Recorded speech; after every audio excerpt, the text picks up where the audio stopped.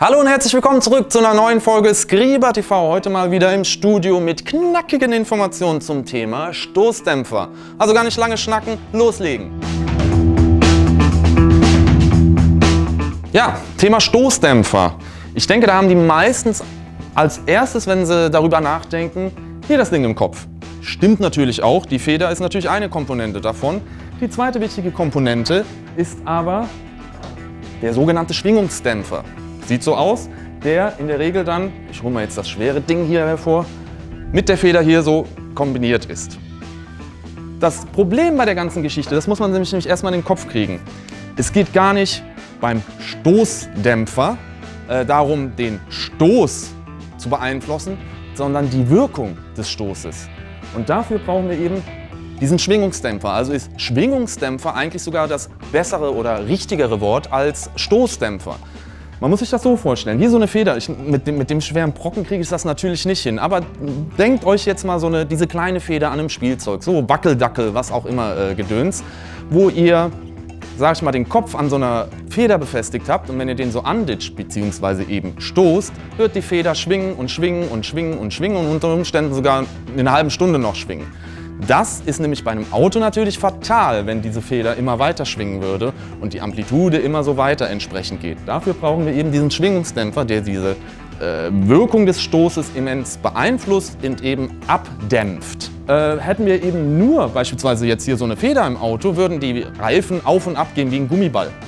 Und das ist natürlich fatal bzw. lebensgefährlich und das Auto gar nicht fahrbar, weil wir überhaupt keine Kurvenlage mehr haben, das Auto hin und her schwingen würde und der Kontakt zur Fahrbahn eben nicht mehr gewährleistet ist. Woraus besteht denn so ein Schwingungsdämpfer?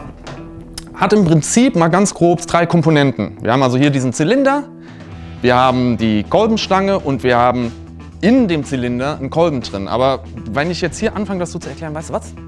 Ich glaube, ich zeichne das mal auf. Dann kann ich innen drin das Ganze ein bisschen einfacher erklären und generell bin ich ja ein super Zeichner. Cut. So Freunde, aufpassen, habe ich hier schnell hingezaubert. Um die 3 groben Komponenten des Schwingungsdämpfers mal kurz zu erklären, wir haben also wirklich hier zum einen die Kolbenstange, dieses Teil hier.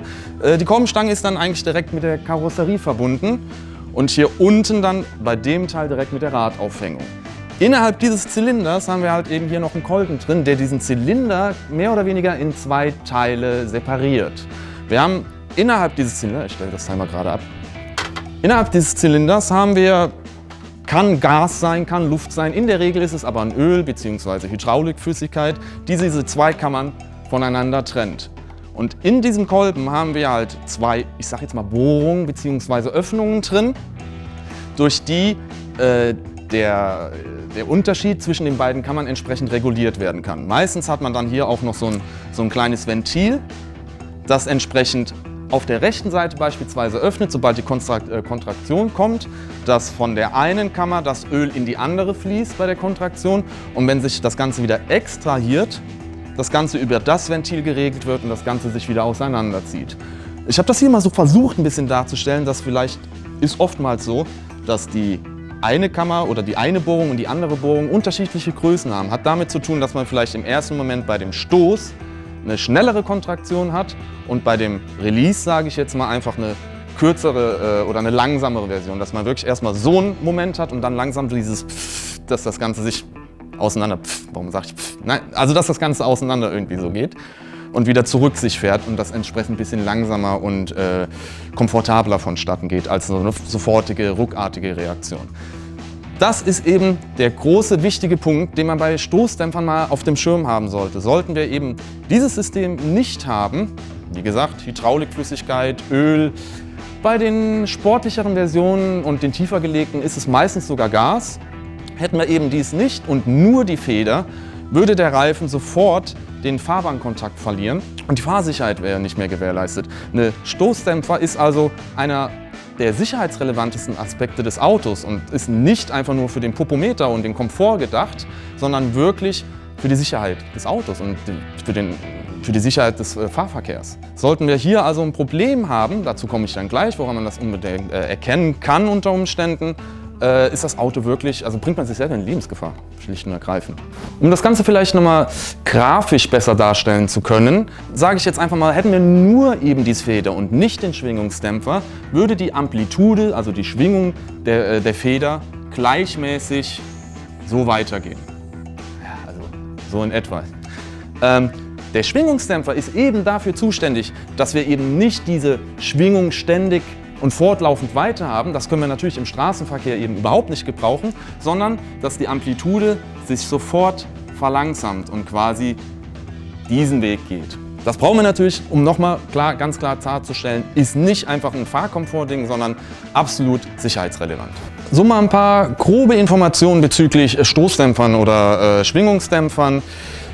Grob kann man sagen, bei 12.000 Kilometern schwingt das Ganze um die 6 Millionen Mal auf und ab. Ist also ganz schön Bewegung dahinter und man sagt im Groben, dass so ein Stoßdämpfer eine Lebensdauer von 60 bis 250.000 Kilometer hat. Ist natürlich abhängig von der Fahrweise, der Beladung, des Straßenzustands, aber auch Faktoren wie Hitze, Kälte, Staub etc.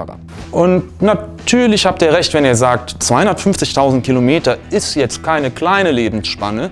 Ihr solltet aber dabei nicht vergessen, dass statistisch gesehen in Deutschland jedes 7. Fahrzeug mit defekten Stoßdämpfern fährt. Woran erkenne ich also, dass an den Stoßdämpfern was nicht stimmt? Sage ich eines vorweg, das ist ein schleichender Prozess. Das ist nicht eine ruckartige Geschichte à la Schlagloch, wo man sofort merkt, da stimmt was nicht, sondern das kommt langsam und schleichend.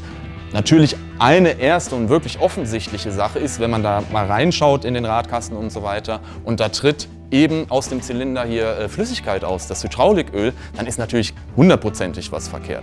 Ansonsten kann man sagen, das fängt mit Vibrationen an, mit Poltergeräuschen, mit einer schlackernden Lenkung. Das sind schon erste Zeichen, dass unter Umständen am Stoßdämpfer selber etwas nicht stimmt. Dazu kommt natürlich ein sehr schwammiges Fahrverhalten, eine sehr schwammige Kurvenlage, dass das Auto sich aufschaukelt.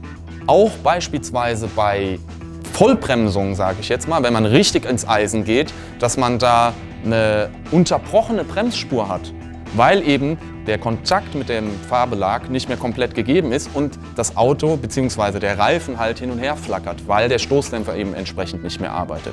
Auch ein sicheres Zeichen, dass da nicht stimmt. Und bei, ich sage jetzt schon mal, nicht hoher Beschleunigung, sondern Zone 30 reicht schon, da merkt ihr auch schon, wenn da was wirklich das Auto so ein bisschen hin und her schwingt und schwabbelt, sage ich jetzt einfach mal, ist das auch schon ein sicheres Zeichen, dass man da unbedingt mal nachschauen sollte, ob an den Stoßdämpfern denn was verkehrt ist. Kann nur einer sein, kann vorne sein, kann hinten sein. Natürlich auch immer bedachten, wenn der eine defekt ist, müssen natürlich auch oder sollten auch beide sofort ausgetauscht werden.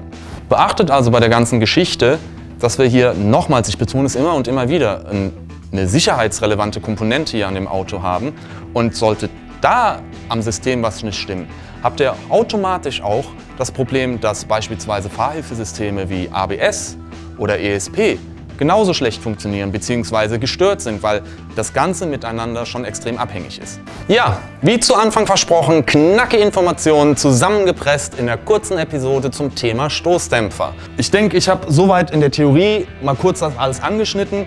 Und ihr habt hoffentlich auch verstanden, worauf ich hinaus wollte, dass das hier nicht nur eine einfache Komfortsache ist und man so denkt, ah ja, Hydraulik und Luftfederung und so weiter, sondern hier wirklich um Fahrsicherheit geht, hauptsächlich. Und diese Sachen hier funktionieren müssen. Ich habe im Dreck gespielt, ich habe es angefangen, ich habe sogar was gezeichnet und ich hoffe, es hat euch gefallen. Wenn dem so sei, Daumen hoch bitte, abonnieren sowieso nicht vergessen.